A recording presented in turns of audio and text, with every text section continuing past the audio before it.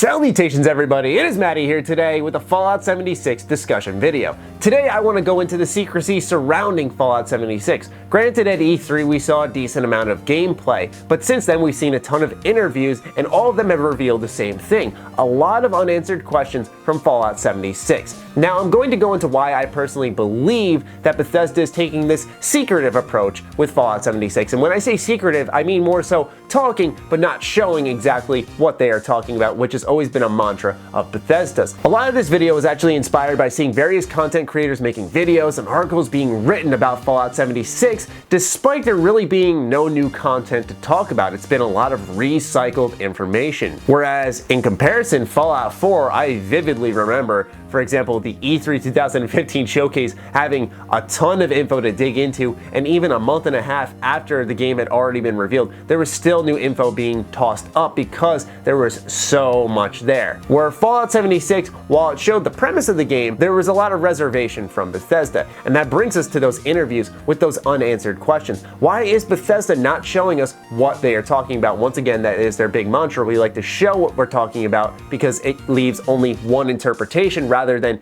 you say something and you could pick it apart all day long and we could all come up with 5 different things that particular sentence means. Now there are multiple reasons, but I think the main one is that Bethesda has no idea how this game is going to end up. This is their first foray into multiplayer, but furthermore, we even saw in the NoClip documentary how a member from Bethesda Game Studios Austin claimed, yes, we have a roadmap in place for after the launch of Fallout 76, but we have to see how the game even launches in the first place before we think about pursuing that. And by that he means bugs, griefing, balance, etc. These all come into place and they can't just instantly focus on the single player content. They may have to fix key portions of the game that they thought were functioning just fine based off beta feedback and internal testing. I think a fantastic example of exactly what I'm talking about is Star Wars Battlefront 2 by EA. We see a game that actually had a roadmap after launch. The plan was free DLC. It was going to be the Battlefront 2 we wanted. But because of launch issues with microtransactions, pay-to-win tactics, and so on, EA had to reverse course, focus on fixing the current game, which then delayed their roadmap and a lot of the player base fell off. So Bethesda's main focus, like with any games as a service titles, are going to be to make sure that the title is working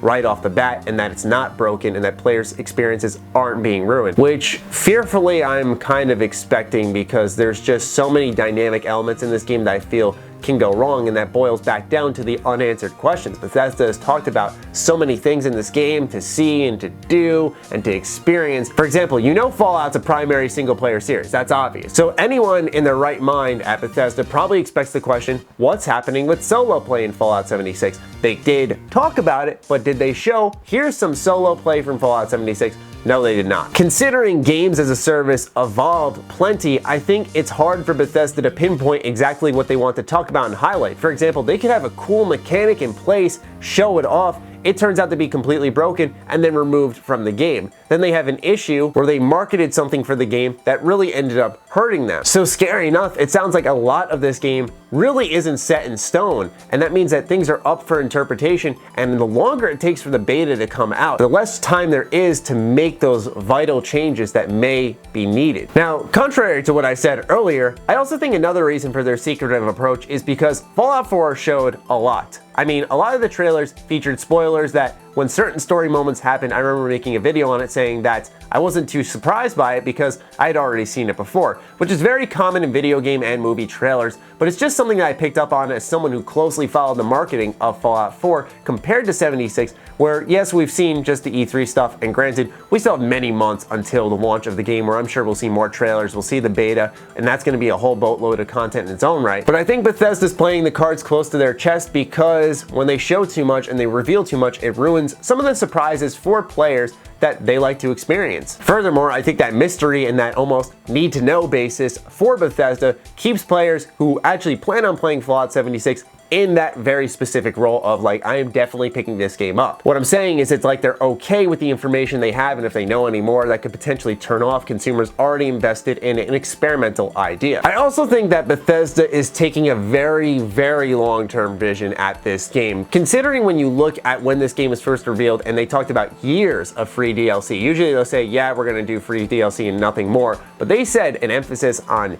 years, which I think shows a grand scope for this game game and a bigger vision than what we already know. Considering it's a games as a service, and I'm sure Bethesda has observed the success of, for example, Ubisoft, where we've seen games like Rainbow Six Siege start off pretty slow and now become a global phenomenon. While I imagine a bad launch would definitely burn them, I think they know that the Fallout IP is popular enough where if there is a slow launch or there's things that need to be rolled out over time, that they can still gain that player base back. Whether you or I agree on that, I'm unsure of, but I still think that is definitely the case, that they feel that there is a slow burn approach to Fallout 76 that can be taken now because it is a games as a service. So yes, I just wanted to talk about all of the reasons I personally feel Bethesda is taking a secretive approach, because I see, like I said, these interviews being dug up and information being recycled, and we're acting like it's new and we're acting like we're getting answers when it's very much not the case. Bethesda is not saying anything new about this game, and what we were left with at E3 was indicative of